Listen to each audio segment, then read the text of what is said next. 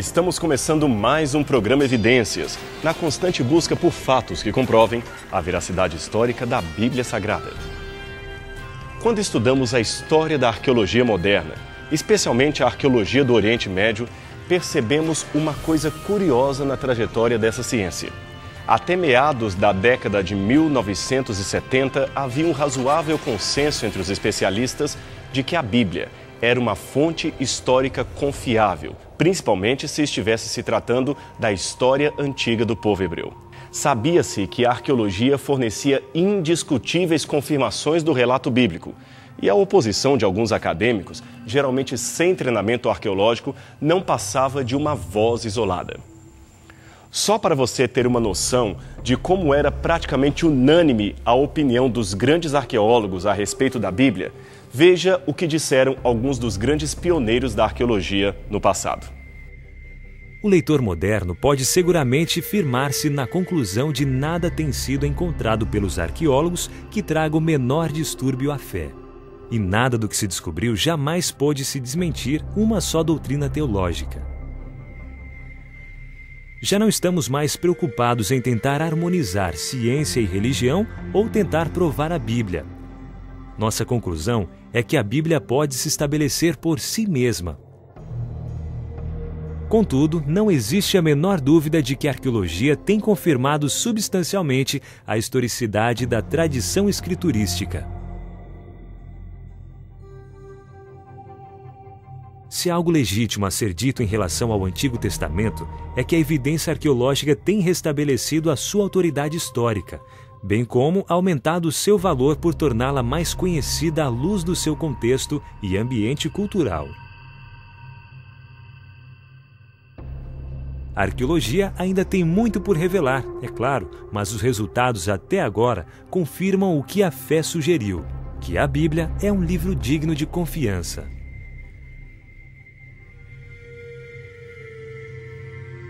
É perfeitamente seguro dizer que nenhuma descoberta da arqueologia tem desmentido uma referência bíblica sequer. O que o conjunto de evidências arqueológicas tem feito é confirmar em claros detalhes as declarações históricas encontradas na Bíblia. Ocorre, no entanto, que comentários como estes são rechaçados por alguns como sendo coisa do passado. Há pouco mais de 30 anos, havia uma nova postura arqueológica que surgiu no território do Oriente Médio. Esta postura tem procurado a todo custo desmentir as conclusões a que chegaram estes eminentes especialistas do passado. Esta nova linha arqueológica, digamos, ceticista, é comumente chamada de arqueologia minimalista. E como o próprio nome diz, ela acentua que tudo em termos de documentação textual antiga, que não esteja, claro, corroborado por evidências arqueológicas contemporâneas, deve ser desacreditado. Por exemplo, a Bíblia fala que houve no Egito um primeiro-ministro chamado José, e também na Babilônia um assessor do rei chamado Daniel. Porém, como até hoje não se encontrou nem no Egito, nem na Babilônia, exemplos ou indícios diretos da existência destas duas personagens, a conclusão a que muitos chegam é que estes não passam de figuras lendárias do imaginário judeu. Todo esse questionamento começou na Inglaterra e na Universidade de Copenhagen, na Dinamarca. E estes são os principais expositores do minimalismo. A partir da esquerda para a direita, Niels Peter Lench, Thomas Thompson, Philip Davis e Keith Whitlam. Todos esses homens foram pródigos em afirmar, especialmente nos anos 80, que Davi, Salomão e outras figuras-chave mencionadas na Bíblia não passavam de criações literárias produzidas pelos autores bíblicos, mas sem nenhum respaldo histórico ou arqueológico. Será isto verdade? Não podemos mais confiar na historicidade da Bíblia? Quais são, afinal, os principais argumentos usados pelos minimalistas? Seria este o fim daquela antiga arqueologia que sustentava que as histórias mencionadas na Bíblia eram verdadeiras? Bem, na metade dos anos 80, o principal argumento usado pelos minimalistas envolvia a datação dos textos bíblicos escritos em hebraico. A escola minimalista insistia em dizer que os judeus só começaram a escrever o Antigo Testamento depois do cativeiro da Babilônia, isto é, a partir de 538 a.C. E a sua forma final, como a conhecemos, só foi alcançada no final do período helenista, em torno do IV século a.C. Ora, isto levaria a forma final do texto, como a conhecemos, para algo em torno de 700 anos depois de Davi. Logo, para esta escola de pensamento, nenhum dos relatos bíblicos anteriores teria solidez histórica, e apenas uns poucos episódios mais recentes teriam algum fragmento de memória genuína. Estes seriam os únicos eventos confirmados pela arqueologia. Assim, a conclusão lógica seria a de que importantes descrições bíblicas não passariam de imaginação literária com fins propagandísticos. Por exemplo, nunca houve algo como um dilúvio, nunca houve algo como um êxodo a partir do Egito, nem as chamadas 12 tribos de Israel, ou até mesmo um tal reino unificado sob Davi e Salomão. Tudo isto, diziam os críticos, era uma lenda.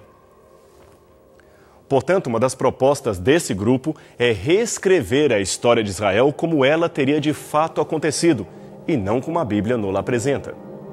Esse livro de Davis, intitulado Em Busca do Antigo Israel e publicado em 1992, é um exemplo desse exercício.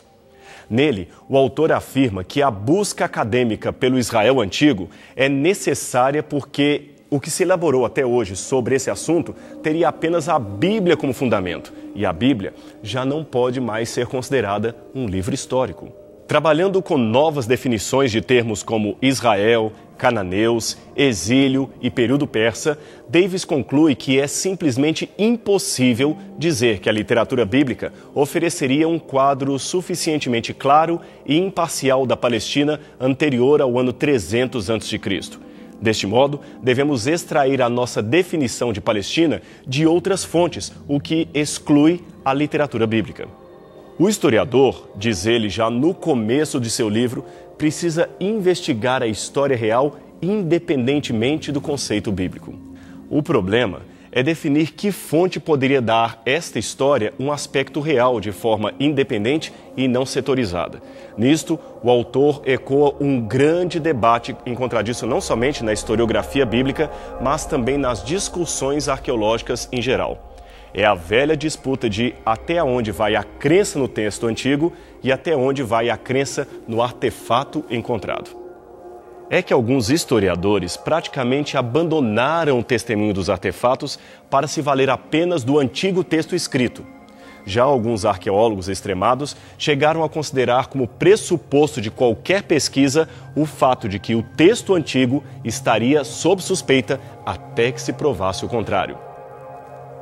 Bem, uma maneira equilibrada de resolver isto seria, obviamente, colocando lado a lado textos e artefatos antigos. Lembrando, é claro, que nenhum dos dois poderá nos dar um quadro completo do passado. E principalmente que a ausência de evidência nem sempre será uma evidência da ausência. Deixe-me explicar isto um pouco melhor. É que um dos grandes argumentos dos minimalistas consiste em negar a realidade de um evento, de um episódio passado, apenas porque não se encontraram evidências, isto é, artefatos que testemunhem a seu respeito. Não temos, por exemplo, nenhuma pedra encontrada no Egito que afirme os hebreus construíram estas ruínas. Logo, isto já é o suficiente para afirmarem os hebreus nunca estiveram ali, a Bíblia mentiu. O texto que narra o Êxodo seria, portanto, um mito, que na verdade seria um eufemismo para dizer o texto mentiu. Estes céticos se esquecem, porém, que a maior parte do tesouro arqueológico da humanidade ainda não foi escavada, está debaixo da terra ou há muito tempo foi destruída pela ação dos anos, pela guerra ou pelo saque de caçadores de tesouros. Veja o episódio interessante que aconteceu no Egito pouco antes dos protestos de rua contra Mubarak. O editor Rachel Shanks estampou na capa da Biblical Archaeology Review uma entrevista que fizera com o renomado Zahi Hawass, então secretário-geral do Supremo Conselho de Antiguidades Egípcias no governo de Mubarak. Este é um cargo de muita confiança. Zahi Hawass comanda 32 mil funcionários públicos que cuidam de todo o acervo de um dos países mais cobiçados por historiadores do mundo inteiro. Ele mesmo é uma figura polêmica dentro da arqueologia e da egiptologia. Amado por uns, odiado por outros, não teme dizer o que pensa e fazer declarações comprometedoras. Mas deixando de lado a figura do político, o que nos interessa aqui é o especialista formado em egiptologia pela Universidade do Cairo e PhD na mesma área pela Universidade da Pensilvânia. Pois bem, Shanks lhe perguntou, entre outras coisas, o que ele dizia sobre a possibilidade histórica dos hebreus terem estado no Egito, como afirma a Bíblia. Embora ele não aceite o texto bíblico, mesmo porque ele é de cultura muçulmana secular, Zahi Hawass discordou daqueles que afirmavam categoricamente que não há nenhuma possibilidade dos hebreus terem estado ali. Em primeiro lugar, ele lembrou que os faraós construíam tumbas para sua memória posterior e não para contar o que de fato aconteceu. Suas memórias seriam sempre de batalhas nas quais eles saíram vitoriosos e não as batalhas nas quais perderam, como seria o caso do Êxodo. O faraó unificara o Alto e o Baixo Egito e, por isto, queria ser lembrado como um vitorioso Deus e não como alguém que fracassou. A história do Êxodo não mereceria ser contada nos relatórios reais. Ademais, concluiu Zahi Hawass, o que se achou até hoje não representa 30% dos monumentos egípcios que ainda estão debaixo do solo, esperando para ser escavados. Ora, veja que, embora não se trate de um defensor da Bíblia, nem esteja diretamente falando do minimalismo, este especialista dá declarações que nos revelam, na sua opinião, que algumas informações daqueles minimalistas seriam altamente especulativas, não científicas e preconceituosas. Elas se baseiam não no que se achou, nem no que pode ser encontrado, mas no que se crê nunca será encontrado. É exatamente este o método inaugurado na Inglaterra e na Escola de Copenhague. Mas voltemos à nossa discussão inicial. O que os artefatos podem nos revelar acerca da história da Bíblia e do antigo povo hebreu? Ora, muito da discussão minimalista centralizou-se na narrativa bíblica acerca do 10º século a.C. Este seria o tempo quando Davi governou sobre a monarquia unida de Israel.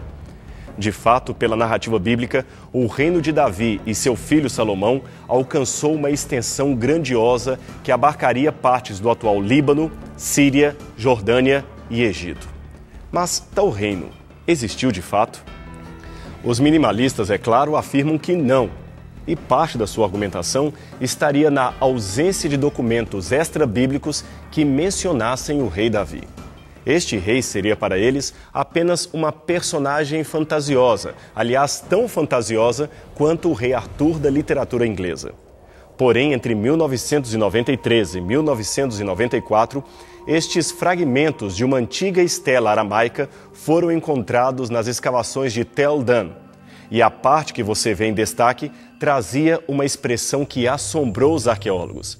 Ela dizia Beit David, ou Casa de Davi. A escavação estava sendo liderada pelo conceituado professor do Hebrew Union College, o Dr. Avram Viram. Aquele revelou-se um grande e importante achado arqueológico.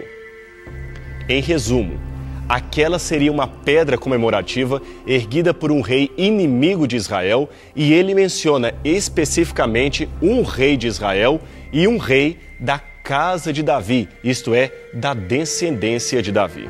Ora, isto prova não apenas que existiu um rei com este nome, mas também que ele tinha uma descendência ocupando o trono de Judá e de Israel. Esta descoberta também levou à nova análise dessa pedra, conhecida como a Pedra de Mecha, e que hoje pode ser vista no Museu do Louvre, em Paris. É que esta outra estela comemorativa, produzida por um rei moabita contemporâneo daqueles tempos, trazia num canto bastante danificado da escrita uma expressão que André Lamer, que era paleógrafo da Universidade de Sorbonne, e Émile Pouer, da École Biblique de Jerusalém, haviam traduzido como sendo Casa de Davi. Mas esta inscrição, como dissemos, está um tanto danificada. Seja como for, a análise paleográfica de ambos os artefatos os datou em torno do 9º século a.C., e neles temos pelo menos uma possibilidade ou duas referências extra-bíblicas ao rei Davi e à sua descendência, ambas produzidas entre 100 e 120 anos depois do seu reinado. E é importante dizer que a expressão aramaica Beit David, ou Casa de Davi, referindo-se à sua descendência, é encontrada mais de 20 vezes no Antigo Testamento. Quer ver alguns exemplos? Eu vou citar 2 textos para você. 1 Reis, capítulo 12, verso 19, diz assim: Assim Israel se mantém rebelado contra a casa de Davi até ao dia de hoje. Outra citação estaria em Isaías, capítulo 7, verso 2, que também diz o seguinte: Deu-se aviso à casa de Davi, a Síria está aliada com Efraim. Então ficou agitado o coração de Acaz. E como estas, há outras várias passagens que trazem a mesma expressão. Os minimalistas ficaram tão incomodados com essa descoberta arqueológica que começaram a propor traduções diferentes para aquela expressão aramaica Beit David. Eles disseram que ela significaria casa do tio, casa do amado ou até casa da chaleira. Mas como nenhum epigrafista endossou estas possibilidades, eles pararam de usar este argumento. Hoje eles preferem admitir que Davi existiu, mas afirmam que ele não foi um grande monarca que governou uma grande extensão de terra. Ora, isto é uma insistência em afirmar uma teoria que já se comprovou infundada. Bem, você se lembra que mencionamos a Estela de Mecha, não é mesmo? Ainda que alguém insista em não aceitar que a escrita danificada trouxesse mesmo a expressão que encontramos na Pedra de Tel Dan, ou seja, a expressão Casa de Davi, uma coisa é certa. O seu texto, que aqui você vê reproduzido em forma de ícone, traz não somente o nome de Javé, o Deus de Israel, que está destacado em amarelo, como também apresenta a forma como o rei de Moabe atacou a cidade de Astarote, que foi edificada por um anônimo rei israelita. Agora veja que interessante. Este evento mencionado na Pedra de Mecha foi unanimemente datado em torno de 850 a.C., portanto, bem antes do cativeiro babilônico. Ali mostra não somente o nome de Deus de Israel, que já era conhecido pelos povos vizinhos, como também menciona uma cidade do território da Transjordânia ocupada por Israel. O texto prossegue dizendo que este rei de Israel comandava ou controlava aquela região a partir de uma capital que, obviamente, seria bem distante dali. Ora, isto por si só já indicaria um grande reino pertencente aos israelitas, mas o texto foi mais além. Ele afirmou que este rei, por muito tempo, subjugou o grande reino moabita e que seu filho havia feito o mesmo. Veja, líderes tribais não teriam tanto poder e tanta extensão territorial. O texto também nos forneceu o nome deste rei. O seu nome era Omri. E seu filho, possivelmente mencionado 2 linhas abaixo, seria Acabe. Estes são 2 líderes largamente mencionados na Bíblia Sagrada. Agora, deixe-me mostrar a você uma foto bastante significativa. Aqui você vê 2 renomados arqueólogos israelenses. O de camisa polo segurando uma garrafa d'água é o Dr. Israel Finkelstein, da Universidade de Tel Aviv. O outro de camisa azul é o Dr. Yosef Garfinkel, da Universidade Hebraica de Jerusalém. Ambos estão visitando as escavações de Khirbet Qeiyafa, dirigidas por Garfinkel. Finkelstein, para que você saiba, é um dos mais contundentes negadores da realidade histórica do reino unificado de Davi e de outras histórias mencionadas na Bíblia. Ele é um grande defensor das conclusões minimalistas, embora ele mesmo não aceite ser identificado como um minimalista. Já Garfinkel se tornou um defensor da historicidade bíblica. Eu tive a oportunidade de conhecer a ambos, mas trabalhei mais de perto com o Dr. Garfinkel nas escavações de Shahar HaGolan em 1998. Foi muito bom aprender com aquele professor, não apenas no que diz respeito às técnicas, mas também quanto à cordialidade e respeito típico de sua pessoa. Naquela época, Garfinkel se dedicava à pesquisa arqueológica pré-histórica, especialmente aquela alusiva à arte neolítica. Mas, com o tempo, ao ver evidências que não podiam ser negadas, ele migrou para o Departamento de Arqueologia Bíblica e hoje dirige escavações nesta área. E deixe-me dizer uma coisa a mais. Garfinkel discorda veementemente dos minimalistas. Além disto, ele afirmou ter encontrado fortes argumentos para afirmar não somente a existência histórica do reino unificado de Davi, como também o fim da arqueologia minimalista. Esta afirmação é muito forte e as suas conclusões são muito interessantes. Por isso, vamos continuar com esse assunto e apresentar as suas argumentações no próximo programa Evidências, aqui na TV Novo Tempo.